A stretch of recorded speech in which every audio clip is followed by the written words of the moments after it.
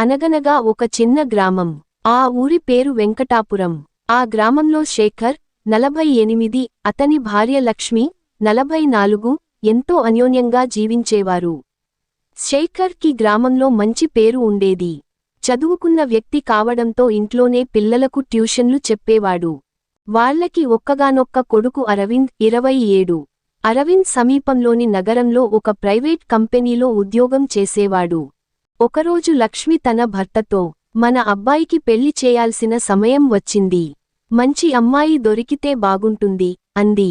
శేఖర్ కూడా నవ్వుతూ, అరవింద్కి నచ్చిన అమ్మాయినే తీసుకొద్దాం అన్నాడు. కొన్ని సంబంధాలు చూసిన తర్వాత దీప్తి 24 అనే అమ్మాయి వాళ్లకు నచ్చింది. దీప్తి ప్రశాంతంగా మాట్లాడే స్వభావం కలది. ఆమె మాటల్లో ఉన్న ఆప్యాయత అరవింద్కు బాగా నచ్చింది. మొదటి పరిచయంలోనే అరవింద్ ఆమెను చూసి నవ్వుతూ, మీకు ఈ పెళ్లి ఇష్టమేనా అని అడిగాడు. దీప్తి తలదించుకుని, ముందు మీరు మంచి మనిషి అనిపిస్తే నాకు కూడా ఇష్టమే అంది. ఆ మాట అరవింద్కి బాగా నచ్చింది. కొద్ది రోజుల్లోనే ఇరు కుటుంబాల సమక్షంలో వాళ్ల పెళ్లి ఘనంగా జరిగింది.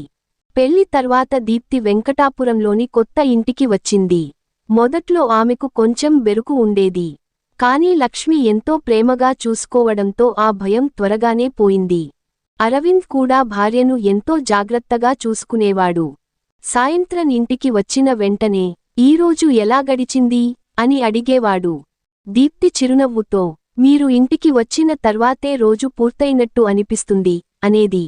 అలా వాళ్ళిద్దరి మధ్య మంచి అనుబంధం ఏర్పడింది. కొన్ని నెలలు గడిచాయి. అయితే అరవింద్ ఉద్యోగంలో ఒత్తిడి పెరగడంతో ఇంటికి ఆలస్యంగా రావడం మొదలుపెట్టాడు. కొన్నిసార్లు సెలవు రోజుల్లో కూడా ఆఫీస్ పనిలోనే ఉండేవాడు. దీప్తికి అతని మీద కోపం లేకపోయినా ఒంటరితనం మాత్రం అనిపించేది. ఒకరోజు ఆమె కిటికీ దగ్గర నిలబడి బయట చూస్తుండగా శేఖర్ గమనించాడు. ఏమైంది దీప్తి, ఏదైనా బాధగా ఉందా అని అడిగాడు. దీప్తి వెంటనే, ఏమీ లేదు మామయ్య, అరవింద్ పని ఒత్తిడిలో ఉన్నాడు కదా, అందుకే కొంచెం ఆలోచిస్తున్నాను అంది. శేఖర్ ఆమెను ఓదారుస్తూ, ఇద్దరి జీవితంలో ఇలాంటి దశలు వస్తాయి. ఓపికగా ఉంటే అన్నీ సర్దుకుంటాయి అన్నాడు. ఆ మాటలు విన్న దీప్తికి కొంత ధైర్యం వచ్చింది. ఇంతలో లక్ష్మి ఆరోగ్యం రోజురోజుకీ క్షీణించింది. ఎన్నో ఆసుపత్రుల్లో చూపించినా ఆమె ఆరోగ్యం మెరుగుపడలేదు. ఒక రాత్రి ఆమె అరవింద్ను పిలిచి, నువ్వు సంతోషంగా ఉండాలి, నీ భార్యను ఎప్పుడూ ఒంటరిగా అనిపించనివ్వకు అని చెప్పింది. అరవింద్ కళ్లలో నీళ్లు తిరిగాయి.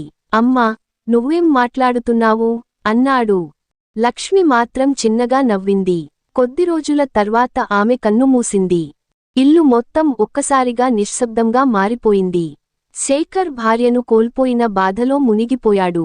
అరవింద్ కూడా తన తల్లిని కోల్పోయిన బాధతో కొంతకాలం మౌనంగా మారిపోయాడు. దీప్తి మాత్రం ఇంట్లో అందరినీ చూసుకుంటూ ఉండేది. ఒకరోజు శేఖర్ తన భార్య పాత వస్తువులను సర్దుతుండగా ఒక పాత డైరీ కనిపించింది. అది లక్ష్మి డైరీ. దీప్తి కూడా పక్కనే ఉండటంతో శేఖర్ ఆ డైరీని తెరిచాడు. అందులో ఒక వాక్యం కనిపించింది, నా తర్వాత ఈ ఇంటిని కలిపి ఉంచేది దీప్తి మాత్రమే. ఆ మాట చదివిన శేఖర్ కళ్లలో కన్నీళ్లు వచ్చాయి. దీప్తి ఆశ్చర్యంగా, అత్తయ్య ఇలా ఎందుకు రాశారు అని అడిగింది. శేఖర్ సమాధానం చెప్పకుండా డైరీని మూసేశాడు. కాని ఆ డైరీలో ఇంకా ఎన్నో పేజీలు ఉన్నాయి. మరుసటి రోజు దీప్తి ఇంటిని శుభ్రం చేస్తుండగా అదే డైరీ మళ్లీ ఆమె చేతికి వచ్చింది. ఈసారి ఆమె చివరి పేజీ తెరిచింది. అక్కడ ఇలా ఉంది, అరవింద్కి నేను చెప్పలేని ఒక నిజం ఉంది. సరైన సమయం వచ్చినప్పుడు దీప్తికి చెప్పాలి. దీప్తి ఒక్కసారిగా షాక్ అయింది. అసలు అత్తయ్య నాకు ఏం చెప్పాలనుకున్నారు అని ఆలోచిస్తూ ఉండిపోయింది. అదే సమయంలో బయట నుంచి అరవింద్ ఇంటికి వచ్చాడు. దీప్తి వెంటనే డైరీని మూసి పెట్టింది. ఏమైంది, ఇంత టెన్షన్గా ఎందుకు ఉన్నావు అని అరవింద్ అడిగాడు. దీప్తి ఏమీ చెప్పకుండా, మీ అమ్మ డైరీ దొరికింది అంది.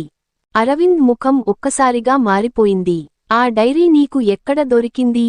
అతని ఆందోళన చూసి దీప్తికి మరింత అనుమానం వచ్చింది. ఎందుకు, అందులో ఏమైనా ఉందా? అరవింద్ కొద్దిసేపు మౌనంగా ఉండి, అమ్మ చెప్పిన ఒక విషయానికి మన ఇద్దరి జీవితాన్నే మార్చేయొచ్చు అన్నాడు. దీప్తి ఆశ్చర్యంగా అతని వైపు చూసింది. ఏమిటది అరవింద్ సమాధానం చెప్పబోతుండగానే ఇంటి తలుపు దగ్గర ఎవరో బలంగా తట్టారు. ఇద్దరూ ఒకేసారి తలుపు వైపు చూశారు. బయట నిలబడి ఉన్న వ్యక్తిని చూసి అరవింద్ ముఖం తెల్లబడిపోయింది. నువ్వు ఇక్కడికి ఎందుకు వచ్చావు? అతను మాత్రం 20 ఏళ్లుగా దాచిన నిజం బయటపడాల్సిన సమయం వచ్చింది అన్నాడు. దీప్తికి ఏమీ అర్థం కాలేదు. ఆ వ్యక్తి ఎవరు? లక్ష్మి దాచిన రహస్యం ఏమిటి? అరవింద్కి తెలియని నిజం ఏంటి? తెలుసుకోవాలంటే తర్వాతి భాగం తప్పకుండా చూడాలి.